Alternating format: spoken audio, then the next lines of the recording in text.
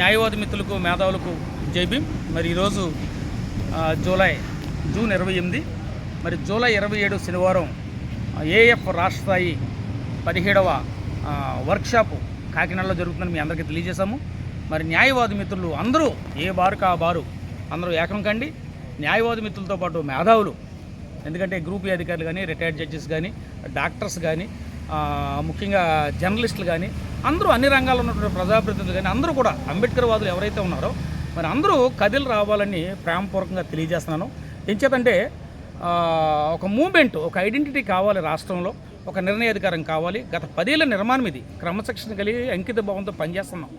ఇది ఏ రాజకీయ పార్టీకి సంబంధం లేదు. మనం వాలంటరీగా మనం పనిచేస్తున్నాం. కాబట్టి న్యాయవాది మిత్రులు మీ డ్రెస్ కోడ్తో మరి శనివారం మీటింగ్ అనగానే శుక్రవారం నైట్కే దూర ప్రాంతాల నుంచి వాళ్ళు రావాలి. ఎందుకంటే రేపు రాబోయే బార్ కౌన్సిల్లో మరి మనం పూర్తి చేయాలనుకుంటున్న ఏఎఫ్ ద్వారా ముఖ్యంగా జ్యుడిషియర్లో నామినేట్ పోస్టులు ఏమైతే ఉన్నాయో అవి మనకి ఖచ్చితంగా అమలు జరగాలి. జ్యుడిషియర్లోనే కదా, కింద కోర్టుల్లో కూడా ఇక రూల్ ఆఫ్ రిజర్వేషన్ ఏదైతే సప్లాన్ చట్టం ఉందో అది ఇంప్లిమెంట్ కావాలి. మరి బ్యాక్లాగ్ పోస్టులు ఏమైతే ఉన్నాయో అవి అమలు జరగాలి. భూమి మీద హక్కు కావాలంటే లీజు భూములకి హక్కు పట్టాలు ఇవ్వాలి.